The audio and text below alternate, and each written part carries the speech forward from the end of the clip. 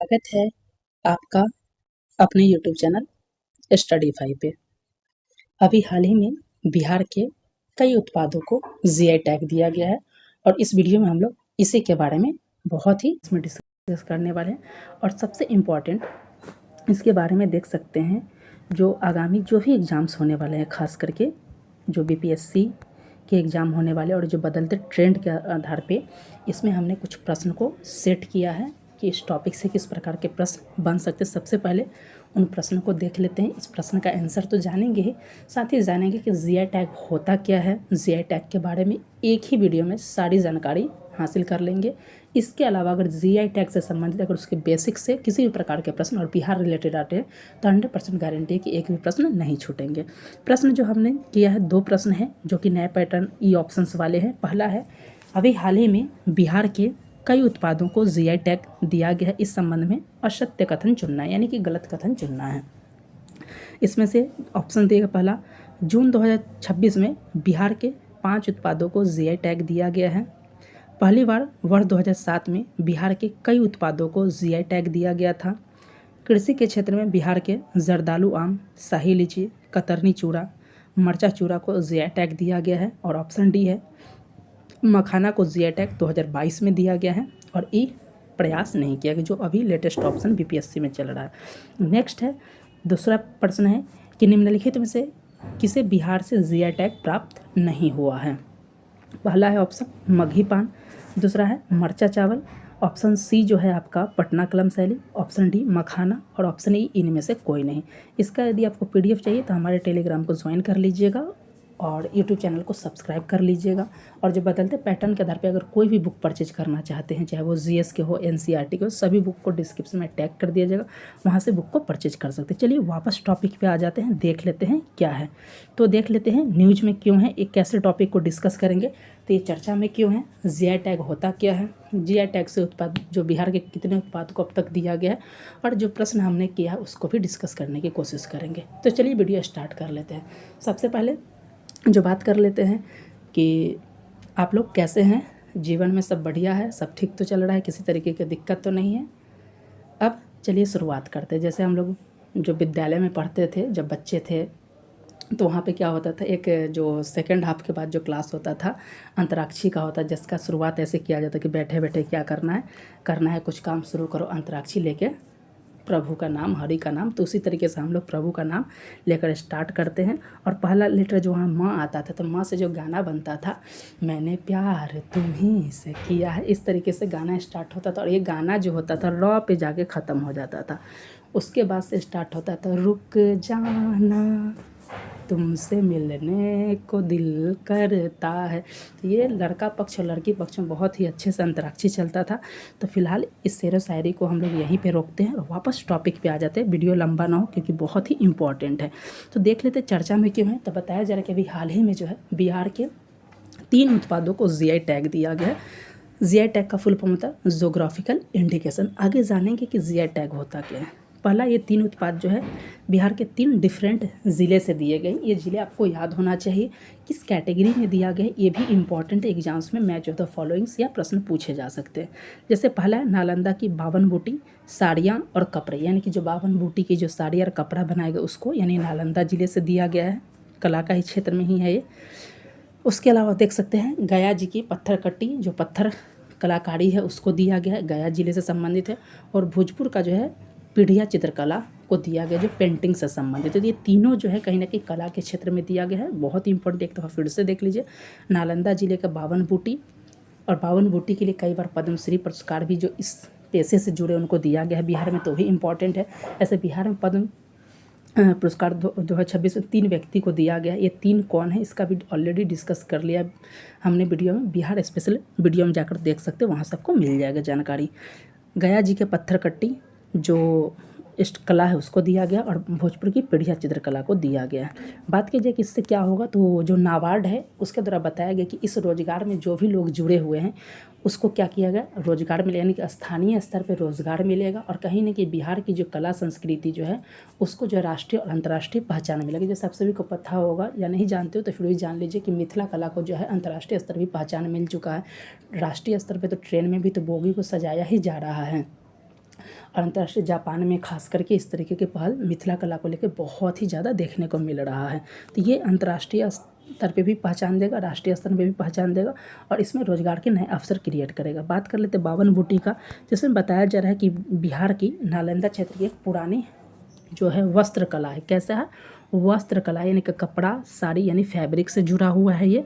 और इस कला में खास तरीके के कला में 52 तरह के पारंपरिक डिजाइन किया जाता है, इसलिए 52 बूटी कहा जाता है और इसे हाथ से बनाया जाता है।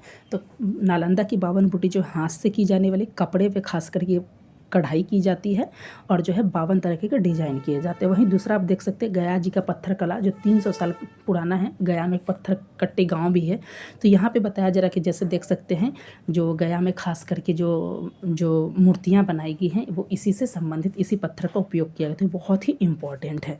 तीसरा देख सकते हैं भोजपुर का जो पीढ़िया चित्रकला है, जो कि एक लोक कला जो पेंटिंग के रूप में होता है, खास करके त्यौहार के अवसर पर महिलाओं के द्वारा इसका किया जाता है पेंटिंग इस प्रकार की, जो कि बिहार के लोक जीवन को, पारंपरिक रिश्तों और धार्मिक मान्यताओं को दिखाया जाता है। देख सकते हैं आज के न्यूज़पेपर में भी ये आर्टिकल जितने भी हैं सब में कवर किया गया है कि जो है बिहार के नालंदा की 52 बूटी, गया के पत्थर कट्टी और भोजपुर की पीढ़िया को है उसको जो जीआई टैग दिया गया और इससे नकल पे रोक लगी। ऐसे आपने ये देख लिया, लेकिन इसमें हम लोग बहुत ही डिफरेंट तरीके से डिस्कस करने वाले हैं। अब देख लेते हैं हमने करंट में क्यों था ये देख लिया, क्योंकि आजकल ट्रेंड के आधार पे बेसिक्स प्लस करंट दोनों को मैच करके क्वेश्चंस पूछे जा रहे हैं, तो ये जानना जरूरी है और एक ही वीडियो में आपकी सारी जानकारी इसमें हो जाएगी। तो जीआई टैग का मतलब हो जाता है, नाम से स्पष्ट होकर देखिए 2 शब्द मिलकर बना है। एक शब्द है इसमें भौगोलिक और दूसरा है संकेतक, यानी कि ज्योग्राफिकल इंडिकेशन। यानी इसका मतलब होता है कि किसी विशेष भौगोलिक क्षेत्र में ये उत्पाद जो होगा वहाँ पे उपज हो रहे हैं या इस उत्पाद का वहाँ पे निर्माण होता है या उस तरीके के उत्पाद बनाए जाते हैं जो पूरे भारत में, पूरे बिहार में किसी भी क्षेत्र में देखा जाए उस क्षेत्र के अलावा अन्य जगहों पे ऐसे उत्पाद देखने को नहीं मिलते हैं।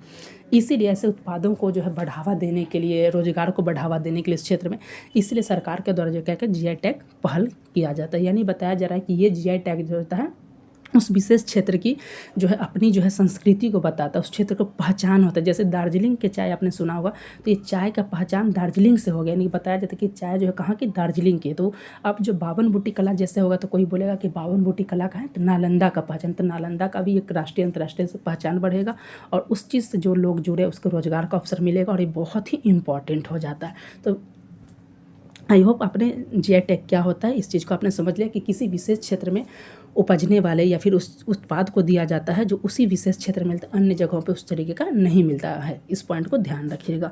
बात कीजिए इस पहल की शुरुआत जीआई टैग के विश्व बैंक के द्वारा किया गया था और भारत में जो जीआई टैग जारी करता है इसका नाम बहुत ही इंपॉर्टेंट है, याद रखिएगा। 1999 में ये पंजीकृत किया गया था। इसका नाम है भौगोलिक संकेतक, यानी जीआई टैग रजिस्ट्रेशन और संरक्षण अधिनियम 1999 के तहत दिया जाता है। ये बहुत ही इंपॉर्टेंट है, इस तरीके का प्रश्न पूछे जा सकते हैं। उसके अलावा जो है ये जो है DPIIT उद्योग संवर्धन और आंतरिक व्यापार विभाग के अंतर्गत आता है। वैश्विक स्तर पे इसका देखा जाए ट्रिप्स और जो WTO की तरह इसका निर्देशित किया जाता है, लेकिन भारत में इसका बात किया जाए कि जो हमने बताया कि अधिनियम बना है 1999 के तहत किया जाता है। और बात किया जाए कि 2003 से भारत में जीआई टैग देने की परंपरा स्टार्ट हुई। पहला जो जीआई टैग प्राप्त उत्पाद था वो था आपका कौन था, दार्जिलिंग चाय था। इस पॉइंट को ध्यान रखिएगा, 2004 में दिया गया था। और भारत में इस तरीके का जो कुछ भी किया जाता है इसके लिए जो है आप सब देख सकते हैं ये चेन्नई में रजिस्टर्ड करना पड़ता है फिर दिया जाता है। ये इसके उपयोग किस चीज़ क्षेत्र में दिया जाता है, तो खेती से जुड़ा उत्पाद होता है, हैंडीक्राफ्ट जैसे कपड़ा हो गया, इन सब से होते हैं।